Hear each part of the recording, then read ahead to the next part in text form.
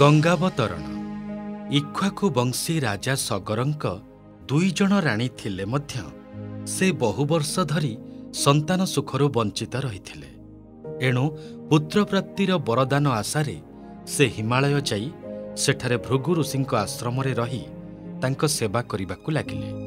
ସଗରଙ୍କ ସେବାରେ ପ୍ରସନ୍ନ ହୋଇ ଭୃଗୁ ତାଙ୍କୁ ବର ପ୍ରଦାନ କରି କହିଲେ ଯେ ତୁମର 2 ପତ୍ନୀଙ୍କ ମଧ୍ୟରୁ ଜଣଙ୍କଠାରୁ ତୁମକୁ 60,000 ପୁତ୍ରଙ୍କ ପ୍ରାପ୍ତି ହେବ ଏବଂ ଅନ୍ୟ ଜଣଙ୍କଠାରୁ ମାତ୍ର ଗୋଟିଏ ପୁତ୍ରର।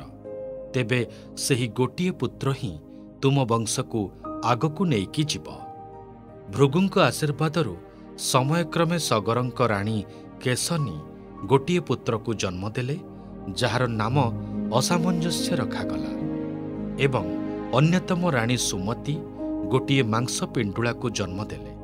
ସେହି ମାଂସ ପିଣ୍ଡୁଳାଟିକୁ 60,000 ଭାଗରେ ବିଭକ୍ତ କରି ମାଠିଆ ମାଧ୍ୟମରେ ଉଷୁମ ଘିଅରେ ବୁଡ଼ାଇ ବହୁ ସମୟ ରଖାଯିବା ପରେ ସେଥିରୁ 60,000 ପୁତ୍ର ଜନ୍ମ ନେଲେ। ସଗରଙ୍କ ସମସ୍ତ ପୁତ୍ର ବଡ଼ ହୋଇ ଅସାଧାରଣ ପରାକ୍ରମୀ ଏବଂ ବଳଶାଳୀ ହୋଇଥିଲେ।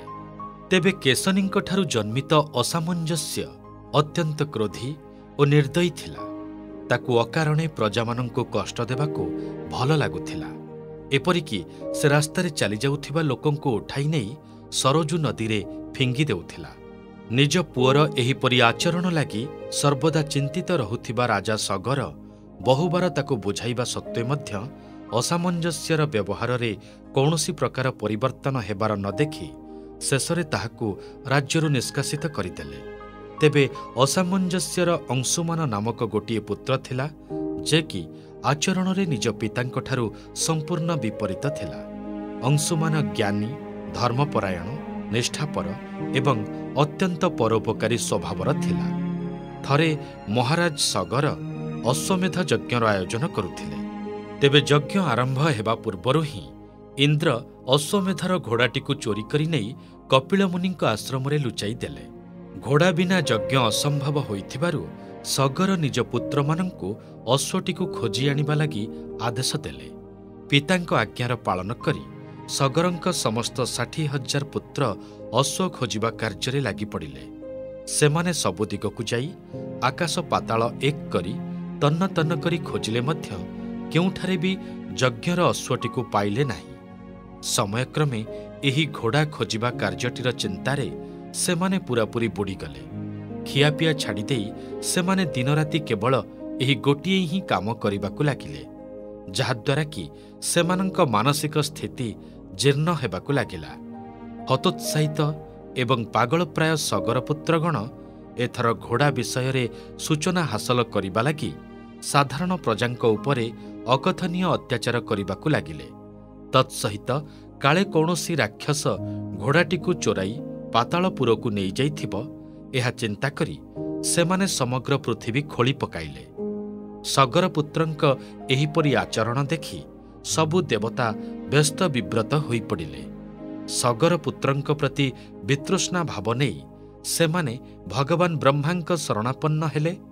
ବ୍ରହ୍ମା ସେମାନଙ୍କୁ ଅଭୟ ପ୍ରଦାନ କରି କହିଲେ ଯେ ଭଗବାନ ବିଷ୍ଣୁଙ୍କ ଅଂଶ କପିଳମୁନି ହିଁ ସଗରଙ୍କ 60,000 ପୁତ୍ରଙ୍କ ଦୌରାତ୍ମ୍ୟରୁ ସୃଷ୍ଟିର ରକ୍ଷା କରିବେ। ବ୍ରହ୍ମାଙ୍କଠାରୁ ଆଶ୍ୱାସନା ପାଇ ଦେବତାମାନେ ଯେଝା ସ୍ଥାନକୁ ଫେରିଗଲେ। ଏଣେ ଘୋଡ଼ା ନ ପାଇ ଉନ୍ମାଦ ପ୍ରାୟ ହୋଇସାରିଥିବା ସଗର ପୁତ୍ରମାନେ ବୁଲୁ ବୁଲୁ କପିଳମୁନିଙ୍କ ଆଶ୍ରମ ନିକଟରେ ଘୋଡ଼ାଟିକୁ ଚରୁଥିବାର ଦେଖିଲେ। ତାରି ପାଖରେ କପିଳମୁନି ମଧ୍ୟ ତପସ୍ୟାରେ ଲୀନ ଥିଲେ।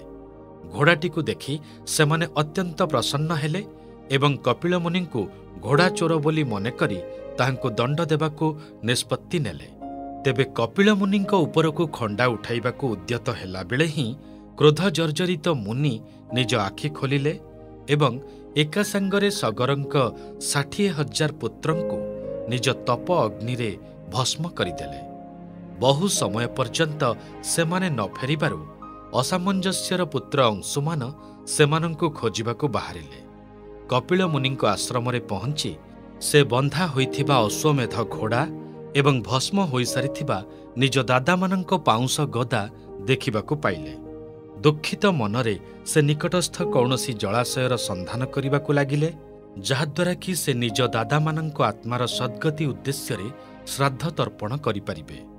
ଏହିପରି କରୁଥିବା ସମୟରେ ସେଠାରେ ଗରୁଡ଼ ପ୍ରକଟ ହୁଅନ୍ତି ଏବଂ ତାଙ୍କୁ ଜଣାନ୍ତି ଯେ ଯେହେତୁ ତାଙ୍କ ଦାଦାମାନେ କପିଳ ମୁନିଙ୍କ କ୍ରୋଧାଗ୍ନିରେ ଭସ୍ମ ହୋଇଛନ୍ତି, ସେମାନଙ୍କ ଉଦ୍ଧାର କେବଳ ପର୍ବତରାଜ ହିମାଳୟଙ୍କ କନ୍ୟା ଗଙ୍ଗାଙ୍କ ଦ୍ୱାରା ହିଁ ସମ୍ଭବପର। ଯଦି ସେ ସ୍ୱର୍ଗବାସିନୀ ଦେବୀ ଗଙ୍ଗାଙ୍କୁ କୌଣସି ଉପାୟରେ ପୃଥିବୀ ପୃଷ୍ଠକୁ ଆଣି ତାହାଙ୍କ ଜଳରେ ତର୍ପଣ କରନ୍ତି, ତେବେ ଯାଇ ତାଙ୍କ ଦାଦାମାନଙ୍କ ମୁକ୍ତି ହୋଇପାରିବ। ଏହି କଥା ଶୁଣି ଅଂଶୁମାନ ନିଜ ମହଲକୁ ଫେରିଆସିଲେ ଓ ସମସ୍ତ ବୃତ୍ତାନ୍ତ ନିଜ ପିତାମହ ରାଜା ସଗରଙ୍କୁ ଜଣାଇଲେ। ନିଜ ପୁତ୍ରମାନଙ୍କ ମୃତ୍ୟୁରେ ମ୍ରିୟମାଣ ସଗର ପୌତ୍ର ଅଂଶୁମାନଙ୍କୁ ରାଜସିଂହାସନ ହସ୍ତାନ୍ତର କରି ନିଜେ ଗଙ୍ଗାଙ୍କୁ ପ୍ରସନ୍ନ କରିବା ଲାଗି ତପସ୍ୟାରେ ବସିପଡ଼ିଲେ। ବହୁ ବର୍ଷ ତପସ୍ୟା କଲା ପରେ ମଧ୍ୟ ରାଜା ସଗର ଗଙ୍ଗାଙ୍କୁ ପୃଥିବୀକୁ ଆଣିବାରେ ସଫଳ ହେଲେ ନାହିଁ ଏବଂ ସେହିପରି ତପସ୍ୟାରତ ଅବସ୍ଥାରେ ହିଁ ଇହଲୀଳା ସମ୍ବରଣ କଲେ। ତାଙ୍କ ପରେ ରାଜା ଅଂଶୁମାନ ମଧ୍ୟ ନିଜ ପୁତ୍ର ଦିଲ୍ଲୀପଙ୍କୁ ରାଜସିଂହାସନ ହସ୍ତାନ୍ତର କରି ହିମାଳୟକୁ ତପସ୍ୟା କରିବାକୁ ଚାଲିଗଲେ। ତେବେ ନିଜ ପିତାମହଙ୍କ ପରି ଅଂଶୁମାନ ମଧ୍ୟ ନିଜ ଜୀବନ କାଳରେ ଗଙ୍ଗାଙ୍କୁ ଆଣିବାରେ ସଫଳ ହେଲେ ନାହିଁ। ଯେତେବେଳେ ଦିଲ୍ଲୀପଙ୍କୁ ନିଜ ପିତାଙ୍କ ତପସ୍ୟାର ଉଦ୍ଦେଶ୍ୟ ବିଷୟରେ ଜଣାପଡ଼ିଲା, ସେ ମଧ୍ୟ ନିଜ ପିତୃପୁରୁଷଙ୍କ ଉଦ୍ଧାର ଲାଗି ନିଜ ପୁତ୍ର ଭଗୀରଥଙ୍କୁ ସିଂହାସନର ଦାୟିତ୍ୱ ଅର୍ପଣ କରି ତପସ୍ୟା କରିବାକୁ ଚାଲିଗଲେ। ତେବେ ଦିଲ୍ଲୀପ ମଧ୍ୟ ଗଙ୍ଗାଙ୍କୁ ପ୍ରସନ୍ନ କରିବାରେ ଅସଫଳ ହୋଇ ସ୍ୱର୍ଗାରୋହଣ କରିଥିଲେ। ଦିଲ୍ଲୀପଙ୍କ ପୁତ୍ର ଭଗୀରଥ ଜଣେ ଧର୍ମପରାୟଣ ଏବଂ କର୍ତ୍ତବ୍ୟନିଷ୍ଠ ରାଜା ଥିଲେ। ନିଜ ପିତା, ପିତାମହ ତଥା ପ୍ରପିତାମହ ଆଦିଙ୍କ ପରି ସେ ବି ଜାଣିଥିଲେ ଯେ ତାହାଙ୍କ ପିତୃପୁରୁଷଙ୍କ ଉଦ୍ଧାର ଲାଗି ଗଙ୍ଗାଙ୍କୁ ପୃଥିବୀକୁ ଆଣିବା ଅନିବାର୍ଯ୍ୟ। ତେବେ ତାଙ୍କର କୌଣସି ପୁତ୍ର ସନ୍ତାନ ନଥିବାରୁ ସେ ରାଜକାର୍ଯ୍ୟର ଭାର ନିଜ ମନ୍ତ୍ରୀମାନଙ୍କ ଉପରେ ନ୍ୟସ୍ତ କରି ହିମାଳୟ ଯାତ୍ରା କଲେ। ସେଠାରେ ସେ ବ୍ରହ୍ମାଙ୍କୁ ସନ୍ତୁଷ୍ଟ କରିବା ଲାଗି କଠିନ ତପସ୍ୟା କରିବାକୁ ଲାଗିଲେ। ଶେଷରେ ଭଗୀରଥଙ୍କ ପ୍ରାର୍ଥନାରେ ପ୍ରସନ୍ନ ହୋଇ ବ୍ରହ୍ମା ତାଙ୍କୁ ଦେଖାଦେଲେ ଏବଂ ମନୋବାଞ୍ଛିତ ବର ମାଗିବାକୁ କହିଲେ। ହେ ବ୍ରହ୍ମଦେବ, ମୋ ପୂର୍ବପୁରୁଷ କପିଳମୁନିଙ୍କ କ୍ରୋଧର ଶିକାର ହୋଇ ଭସ୍ମ ହୋଇଗଲେ।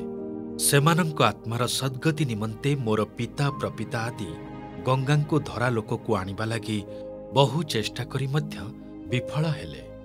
ଅତଏବ ଆପଣ ଗଙ୍ଗାଙ୍କୁ ପୃଥିବୀ ଲୋକରେ ଅବତରଣ କରାଇ ମୋର ଜୀବନର ଉଦ୍ଦେଶ୍ୟ ସଫଳ କରାଇବା ହୁଅନ୍ତୁ ଭଗବାନ। ଏତଦ୍‌ବ୍ୟତୀତ ମହାରାଜ ଇକ୍ଷ୍ୱାକୁଙ୍କ ବଂଶରକ୍ଷା ନିମନ୍ତେ ମୋତେ ଏକ ପୁତ୍ର ସନ୍ତାନ ପ୍ରଦାନ କରିବାର କୃପା କରନ୍ତୁ ପ୍ରଭୁ। ନିଜ ମନୋକାମନା ଅନୁଯାୟୀ ଉତ୍ତର ଦେଲେ ଭଗୀରଥ। ତଥାସ୍ତୁ ରାଜନ୍, ତୁମ୍ଭର ଦୁଇଟିଯାକ ମନୋବାଞ୍ଛା ଅବଶ୍ୟ ପୂରଣ ହେବ। ତେବେ ଗଙ୍ଗାଙ୍କୁ ଅବତରଣ କରାଇବାରେ ଗୋଟିଏ ସମସ୍ୟା ଅଛି। ଯେତେବେଳେ କ୍ଷିପ୍ରଗାମୀ ଗଙ୍ଗା ନିଜ ସମ୍ପୂର୍ଣ୍ଣ ବେଗରେ ଧରାବତରଣ କରିବେ, ତାଙ୍କ ପ୍ରଖର ବେଗକୁ ସମ୍ଭାଳିବା ପୃଥିବୀ ଲାଗି ଅସମ୍ଭବ ହୋଇପଡ଼ିବ। ଗଙ୍ଗାଙ୍କ ବେଗକୁ ରୋକିବାର ସାମର୍ଥ୍ୟ କେବଳ ମହାଦେବଙ୍କ ଠାରେ ହିଁ ଅଛି। ତେଣୁ ତୁମେ ତାଙ୍କୁ ସନ୍ତୁଷ୍ଟ କରାଇପାରିଲେ ଆଉ କୌଣସି ବାଧାବିଘ୍ନ ରହିବ ନାହିଁ। ଏହା କହିସାରି ବ୍ରହ୍ମା ରାଜା ଭଗୀରଥଙ୍କୁ ଆଶୀର୍ବାଦ କରି ବ୍ରହ୍ମଲୋକକୁ ଫେରିଗଲେ। ବ୍ରହ୍ମାଙ୍କ କଥାନୁସାରେ ଭଗୀରଥ 1 ବର୍ଷ କାଳ ଗୋଟିଏ ଆଙ୍ଗୁଠିରେ ଛିଡ଼ା ହୋଇ ଶିବଙ୍କ ଆରାଧନା କରିବାକୁ ଲାଗିଲେ। ଶେଷରେ ଆଶୁତୋଷ ପ୍ରକଟ ହୋଇ ଭଗୀରଥଙ୍କ ପ୍ରାର୍ଥନା ସ୍ୱୀକାର କଲେ ଏବଂ ଅବତରିତ ହେବା ସମୟରେ ଗଙ୍ଗାଙ୍କୁ ନିଜ ଜଟାରେ ଧରି ତାଙ୍କ ବେଗ ରୋକିଦେବାକୁ କହିଲେ। ଏହି ପ୍ରକାରେ ରାଜା ଭଗୀରଥ ଉଭୟ ବ୍ରହ୍ମା ଏବଂ ଶିବଙ୍କୁ ପ୍ରସନ୍ନ କରିସାରିବା ପରେ ଗଙ୍ଗା ପୃଥିବୀ ପୃଷ୍ଠରେ ଅବତରଣ କରିବାକୁ ନିର୍ଣ୍ଣୟ ନେଲେ। ତେବେ ଶିବଙ୍କୁ ନିଜ ଜଟା ଖୋଲି ତାଙ୍କ ପାଇଁ ଅପେକ୍ଷା କରିଥିବାର ଦେଖି ଗଙ୍ଗାଙ୍କୁ ନିଜ ଉପରେ ଅହଙ୍କାର ଭାବନା ଆସିଗଲା ଏବଂ ସେ ଶିବଙ୍କୁ ନିଜ ସହ ଭସାଇ ପାତାଳପୁରକୁ ନେଇଯିବାକୁ ମନସ୍ଥ କଲେ। ଏଣେ ମହାଦେବ ଗଙ୍ଗାଙ୍କ ମନ ଭିତରର ଧୃଷ୍ଟତାକୁ ବୁଝିପାରି ତାଙ୍କୁ ନିଜ ଜଟା ମଧ୍ୟରେ ହିଁ ବାନ୍ଧି ରଖିଦେଲେ।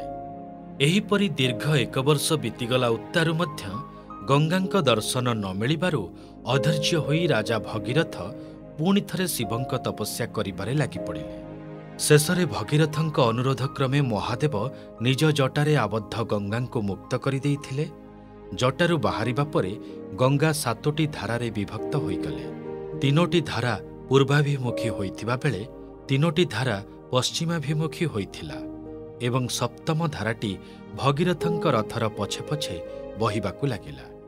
ଗଙ୍ଗାଙ୍କ ରାସ୍ତାରେ ଋଷି ଜହ୍ନଙ୍କ ଆଶ୍ରମ ପଡ଼ୁଥିଲା, ଯାହାକି ଗଙ୍ଗାଙ୍କ ପ୍ରଖର ବେଗରେ ବହିଗଲା। ଏଥିରେ ଉତ୍କ୍ଷିପ୍ତ ହୋଇ ଜହ୍ନ ଋଷି ଗଙ୍ଗା ନଦୀଙ୍କ ସମସ୍ତ ଜଳକୁ ପିଇଗଲେ।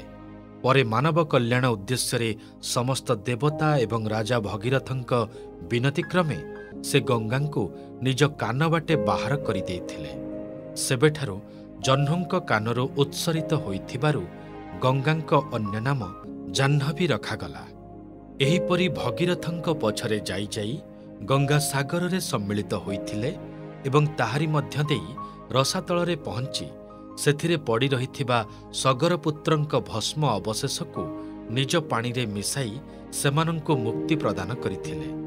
ନିଜ ପିତୃପୁରୁଷଙ୍କ ଉଦ୍ଧାର ତଥା ସମଗ୍ର ମାନବ ଜାତିର କଲ୍ୟାଣ ପାଇଁ ଏହି ମହତ୍ କାର୍ଯ୍ୟ ସମ୍ପାଦିତ କରିଥିବାରୁ ଭଗୀରଥଙ୍କ ନାମ ଅନୁସାରେ ଗଙ୍ଗାଙ୍କ ଅନ୍ୟ ନାମ ଭାଗୀରଥୀ ରଖାଗଲା।